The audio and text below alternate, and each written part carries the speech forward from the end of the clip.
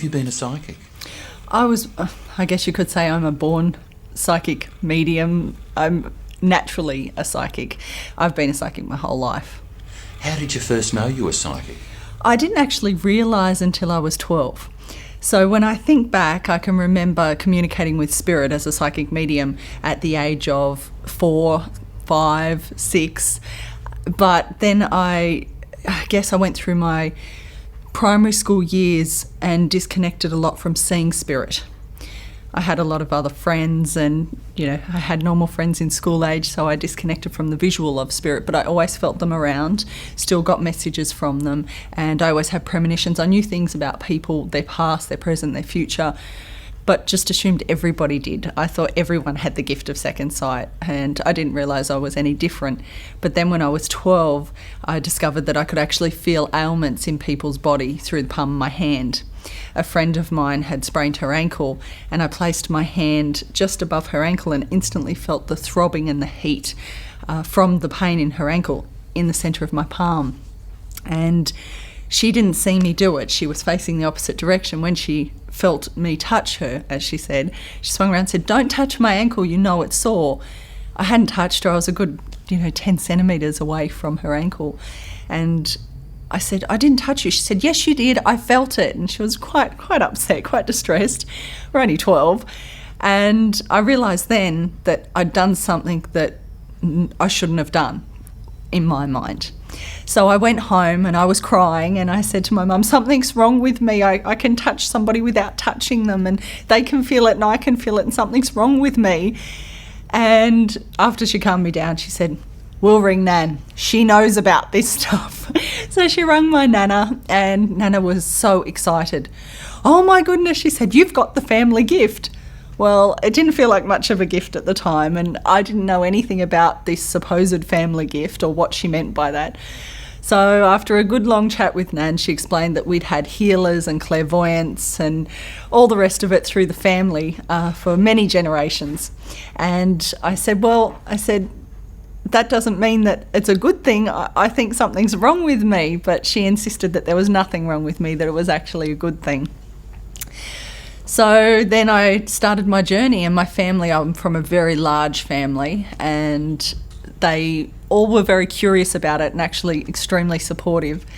And I remember going through my early teens, and whenever there was a family party, which there were many over the years, I would be allocated a room where my family would line up out the door and one by one come in, and I would scan them. I would run my hand just over the outside of their body and I would see what I could feel, whether it was some sort of heat or pain or whatever, and I would tell them what I was feeling, and they would give me information about that part of their body and how it related to what I was feeling. So that's how it started. And who was the greatest person that encouraged you in your family? Greatest person that encouraged me and my family would have been my Nana. My Nana was, I guess, what we would call a psychic junkie, and she used to go to all the tarot readers in town, and she didn't possess the gift, my Nana, but she did love experiencing it. So when she discovered that I had that gift, she just was so supportive and wanted to talk about it and tell me, what I could do to work on it, because she'd heard I could do this or she'd heard I could try this. So Nan was always very supportive. Do you remember your first readings? How old were you when you did readings? My first reading started at 12. So the moment that I discovered the gift and my family would sit there and let me scan them, I was actually bringing through information. I would start giving them vital information about what I was feeling in their health, what I was seeing, and it just developed from there. And then I was getting messages from spirit guides. So by the time I was 14, I was actually bringing through messages from spirit for different family members. Did everyone in the family enjoy this? They loved it. Absolutely loved it. So you were really encouraged? I was the novelty act. I didn't always get a lot of, I guess if I went to a party, I didn't get to sit and eat the meal with everybody because I was the novelty act. It was fun. It was, "Oh, Amanda, do this. Amanda, sit there and tell us what you see. What do you see? What do you feel?" And as a teenager, I was fine with that. I've always been really easygoing, so it wasn't a problem. What about for people who aren't encouraged? It must be very difficult for them when they're younger, Amanda. It is, and over the years, the different psychics that I've met, and especially children, I've worked a lot with children who have abilities, and when their family don't understand it, they tend to shun it. They don't get it. They don't know what to do with it. And then the fear's put in place, something's wrong with you. I was very fortunate that I didn't have that around me, but it is very common.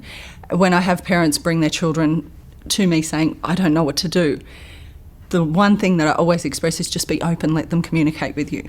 You know, you may not understand it, they may not understand it, but if you're open to accepting and hearing each other, then you start to understand it over time, but you have to be open. Amanda, as a psychic medium, how do you get your messages from spirit? Do you physically see another person? Is it in your mind's eye? Is it a feeling? Is it a sound? For me, it's a mixture of things. It is definitely a feeling. I feel the spirit around. Sometimes I will hear words as clearly as you're hearing me, but a lot of the time it's a knowing. It's an instant knowing. It's knowing the word. I will see the words appear in front of my eyes. So I may see part of the words or a full sentence, and it comes with the feeling. And to see spirit, sometimes I will see them present, but it's a bit like a dream state. It's like they're there, but I don't see them like I see you. It's very, very hard to explain. I guess if you close your eyes and you picture the room as it is and you picture people standing there, but your eyes are closed, that's what it's like, but my eyes are open and I can still see that. I can still see what others can't. And what you see, is it clear or is it maybe It's a clear. blurred vision? Clear? Yeah, it's not transparent, it's clear, so I will see them or I'll see parts of them. So I may just get their face. It's what they want to present to me. Sometimes it will just be the outline, but sometimes spirit will want to present their face. I do get the occasional spirit that will actually stand there and want me to address what they're wearing, and they will do a full spin, and that's usually very important for the person that I'm reading to hear what I'm seeing in the way of clothing. It has some relevance, that's why they're expressing that. But that's not always the case. Often I will feel the masculine energy. I will feel it. I will see their outline as being a very large man or a little lady or whatever the case may be. I will feel their personality. I feel who they were on a soul level. Were they funny? Were they cranky? Whatever it is. And when I say I feel it, it becomes part of me in that moment, so I can understand it and then I can explain that to the person that I'm reading. Are you seeing in colour or black and white? Colour, always. I've always dreamt in colour, always seen colour. How do you nurture something like that? If someone's thinking, maybe I have psychic ability, how did you nurture that, or did it just form in your case? For me, I was very, very fortunate that I've always been so strongly connected with my guides, and they were my master teachers through most of my life. The first course that I ever studied was advanced metaphysics when I was 31. I had never studied anything, and so for me, my nurturing came from my guides, and they were instrumental in teaching me and showing me techniques. And for me, they would teach me how to work with energy, how to feel energy.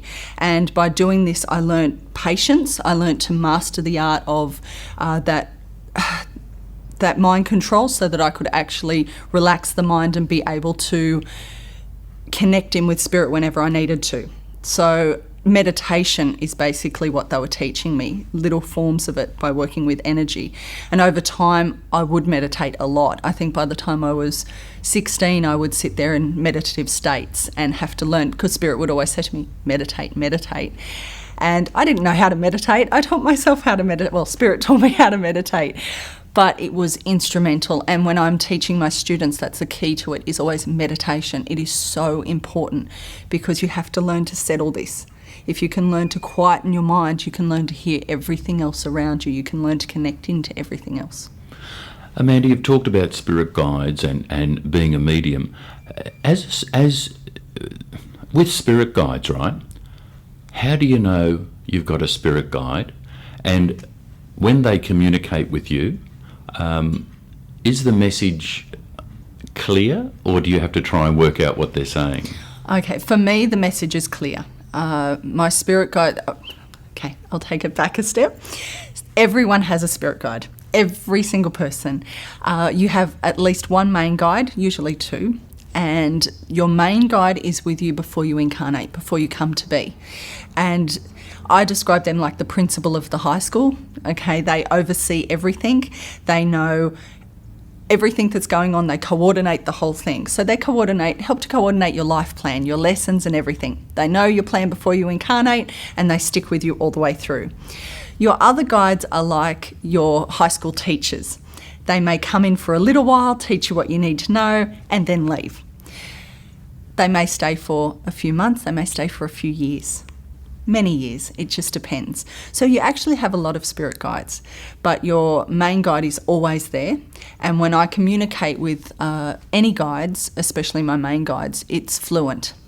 It is the strongest connection I have. They will tell me yes, no, this, that, whatever. When I'm working in an audience doing a platform reading, then my guides will tell me 3rd row, right-hand side, orange jumper. They're that clear. So my connection with them has always been there. I don't know any different. If I've ever had my ability taken from me, sometimes when I'm on certain medications, I will actually lose my psychic ability. And for me, that's like losing my sight or losing my hearing. I feel so lost without it because my connection to my guides is always present. I don't know any different.